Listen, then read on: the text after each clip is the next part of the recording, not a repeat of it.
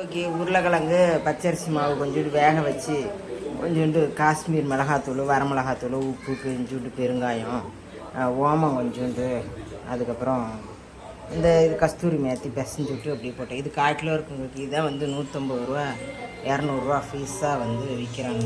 இந்த 3 பீஸு சேர்த்து மிஞ்சி போனால் 300 கிராம் இருக்குங்க. டெஃபினட்டாக 300 கிராம் இருக்குங்க. இதுதான் வந்து 100 ரூபா, 100 இல்லை 150 ரூபா 200 ஃப்ரிட்ஜில் வச்சு 3 மாதம் 6 மாதம் வச்சு வருது. பீஸாக ரவுண்டாக ஸ்மைலீஸ் அது இதுன்னு சொல்லிட்டு என்னென்னமோ பேர் கொண்டு சீஸ் போட்டு சாப்பிடுங்க பிசைஞ்சு அப்படி இப்படின்ட்டு. நம்ம வீட்டிலே போட்டோம்னா எண்ணெயே இழுக்கலை. ஊற்றின எண்ணெய் ஒரு 10 மில்லி தான் இழுத்துருக்கோம். அதுக்கு மேலே எண்ணெய் இழுக்கலை. இது கல்லடைக்குறிச்சி அப்பளம் சூப்பராக இருக்குது. நீ ஸ்மைலி செஞ்சுருக்க. நான் சப்பாத்தி தான் காலையில் செஞ்சுட்டு குருமா செஞ்சேன். பட்டாணி குருமா கேட்டிருந்தா பாப்பா, அதை செஞ்சுருந்தேன்.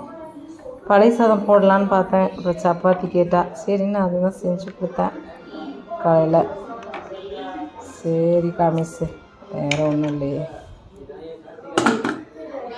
சரி ஓகே.